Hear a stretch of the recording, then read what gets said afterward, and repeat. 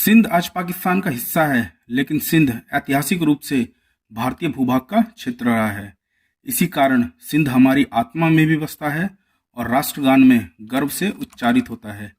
इसी सिंध के गौरवपूर्ण इतिहास के एक सुनहरे अध्याय का नाम है राजा दाहिर। साल 711 ईस्वी में मोहम्मद बिन कासिम ने अरोर में राजा दाहिर से युद्ध किया। इस युद्ध का परिणाम आने वाले भारत के भविष्य में एक ऐसा भारी बदलाव लाने वाला था, जिससे भारत के शासक वर्ग का ही नहीं अपितु कई सामान्य वर्ग के भारतीयों का भविष्य भी हमेशा के लिए बदल जाने वाला था। अपने उदय के 60 से 70 सालों के भीतर ही इस्लाम तेजी से विस्तृत हुआ। इसकी सीमाएं पश्चिम में आज के स्पेन, मोरक्को, इजिप्ट और दक्षिण में सऊदी अरब, उत्तर में सीरिया, आर्मेनिया, अजरबैजान से लेकर पूर्व में इराक से होते हुए अफगानिस्तान तक फैली हुई थी। इतने कम वर्षों में इतनी रफ्तार से फैल रहे उमैयद खलीफा के साम्राज्य के लिए उसका आर्थिक रूप से शक्तिशाली होना काफी आवश्यक था।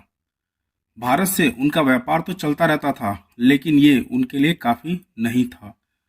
धर्मांधता और शक्ति के नशे में चूर भारतीय भूभाग पर एक आक्रमण की कोशिश उन्होंने साल 636 ईस्वी में समुद्री मार्ग से मुंबई के थाने पर धावा बोलकर की, लेकिन चालुक्य योद्धा पुलकेशिन द्वितीय ने उन्हें मार भगाया।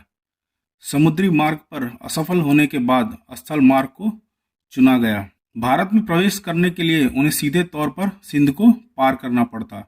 सिंध राज्य पर उस वक्त चच वंश का शासन था। राजा थे राजा दाहिर।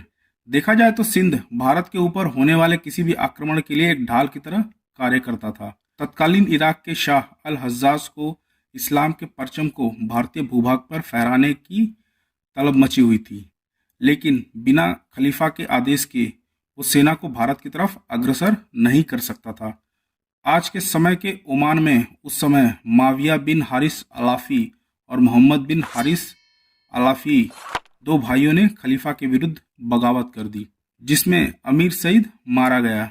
खलीफा की सेना ने जब दोनों के विद्रोह को दबाने के लिए कमर कसी, तो दोनों भाई भागकर अपने साथियों के साथ मकरान पहुंच गए।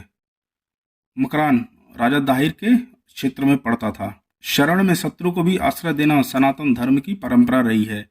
ऐसे में जन्म कर्म से ब्राह्मण वंश में जन्मे राजा दाहिर ने उन्हें शरण देकर अपनी सुरक्षा में रख लिया। बगदाद के गवर्नर के साथ साथ इराक के शाह अल हज्जाज ने भी राजा दाहिर को दोनों भाइयों को खलीफा को सौंप देने के लिए कई पत्र लिखे, लेकिन राजा दाहिर ने उन दोनों भाइयों को सौंपने से इनकार कर दिया। सिंध पर आक्रमण की एक वजह यह भी समझी जाती है। सिंध पर हुए अरब हमलों पर लिखी गई किताब चचनामा में उसका जिक्र मिलता है। अरबवासी उस वक्त आज के श्रीलंका को सेरेन द्वीप के नाम से बुलाते थे। सेरेन द्वीप से अरब व्यापारियों का व्यापार होता था। इसी बीच जब सेरेन द्वीप के शासक का तोहफा लेकर खलीफा के पास जा रहे जहाजों को सिंध के पास के समुद्र तट के पास स्थित देवलपुर बंदरगाह पर लूट लिया, तब इराक के शाह अल हज्जाज ने आनन फानन में राजा दाहिर के पास संदेश भेजकर लुटेरों को पकड़ने और लूटे हुए सामानों की क्षतिपूर्ति करने का आदेश दिया। दाहिर एक स्वाभिमानी राजा थे।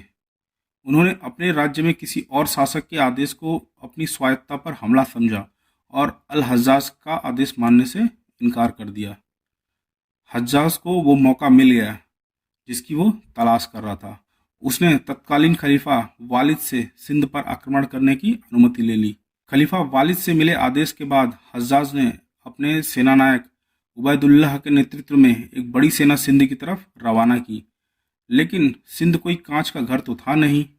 राजा दाहिर के पुत्र जय सिंह के नेतृत्व में सिंध की सेना ने युद्ध में उबैदुल्लाह को मृत्यु का तोहफा देकर काल के गाल में भेज दिया और उसकी बची खुची सेना का भी सफाया कर दिया। दूसरी बार सेना बुदैल के नेतृत्व में भेजी गई, जिसमें घुड़सवारों और पैदल सैनिकों की संख्या पहले के मुकाबले काफी ज्यादा थी।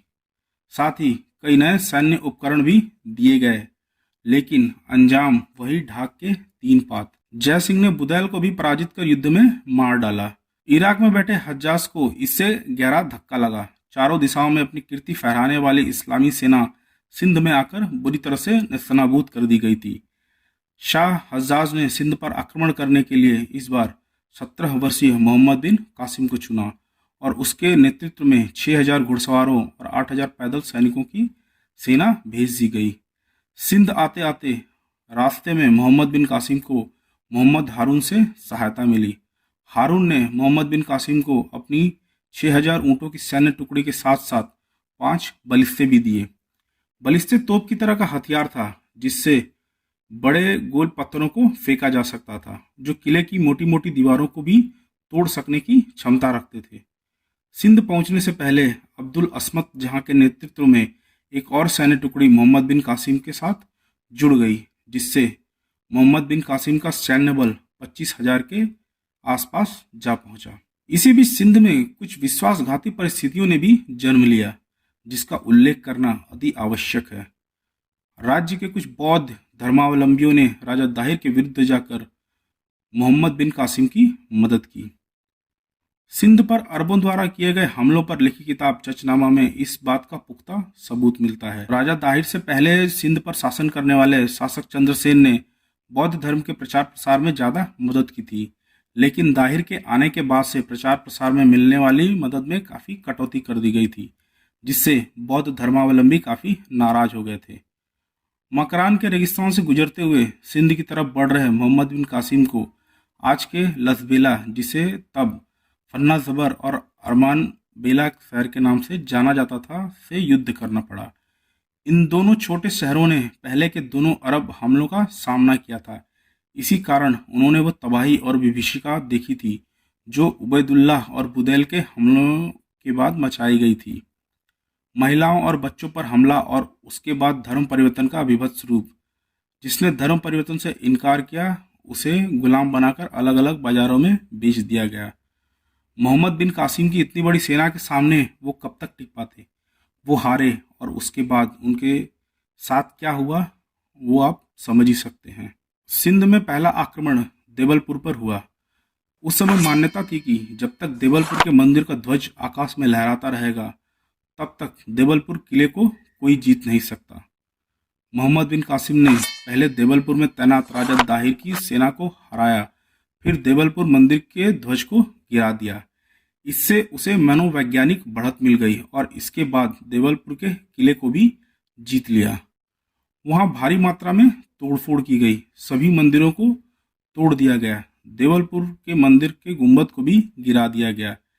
इसके बाद धर्म परिवर्तन, लूट और मारकाट का दौर चला, जिसमें काफी तबाही हुई। देवलपुर से कासिम उत्तर दिशा की तरफ बढ़ा। उत्तर में स्थित निरुण शहर एक बौद्ध सामंत के अधीन था। उसने मोहम्मद बिन कासिम से हृदय परिवर्तन के उम्मीद में आत्मसमर्पण कर दिया। निरुण पर अपना अधिकार सुदृढ़ करने के बाद कासिम ने सेहवान, जिसे तब सदुसान के नाम से जाना जाता था, उस पर भी अधिकार कर लिया।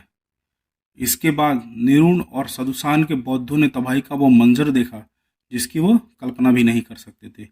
जगह जगह स्थित बौद्ध मठों को तोड़ा गया, उन मठों के ऊपर मस्जिदों की दीवारें उठा दी गई। धर्म परिवर्तन, महिलाओं बच्चों से दुर्व्यवहार के साथ साथ उनको गुलाम बनाया गया। भारी लूट मचाई गई और पूरे लूटे माल का आधा भाग खलीफा और इराक के शासक अल हज्जाज को भेज दिया गया। इसके बाद उत्तर में बढ़ते हुए मोहम्मद बिन कासिम की भिड़ंत सीसम के जाटों के साथ हुई। सीसम के जाटों ने शुरू में ही मोहम्मद बिन कासिम की सेना के दांत खट्टे कर दिए, लेकिन कम संख्या बल में होने के कारण वे ज्यादा देर तक टिक नहीं सके। सीसम जीतने के बाद कासिम निरुण वापस आया और अपनी सेना को फिर से सुव्यवस्थित करने में लग गया। उधर सिंधु नदी के पूर्वी तट पर दाहिर का पुत्र जय सिंह सेना सहित मोहम्मद बिन कासिम का इंतजार कर रहा था। कासिम ने सिंधु नदी को पार करने के लिए मोकाह बसाय के पास अपने दूत भेजे। मोकाह बसाय सिंधु नदी के ऊपर चलने वाली नावों को संभालने वाले लोगों का मुखिया था। उसने कासिम की मदद की और कासिम ने उसकी मदद से सिंधु नदी को पार कर जितौर में जय सिंह के साथ युद्ध किया। जितौर में हुए इस युद्ध में जय सिंह बहादुरी से लड़ा, लेकिन संख्या बल में कमी होने के कारण उसे पराजित होना पड़ा। उसके सिपाही उसे युद्ध से निकाल ले गए। राजा दाहिर के मंत्री ने आकर उन्हें सलाह दी कि आप अभी अपनी पुत्रियों के साथ भारत के किसी राजा के यहाँ शरण ले लेते तो ज़्यादा बेहतर होता।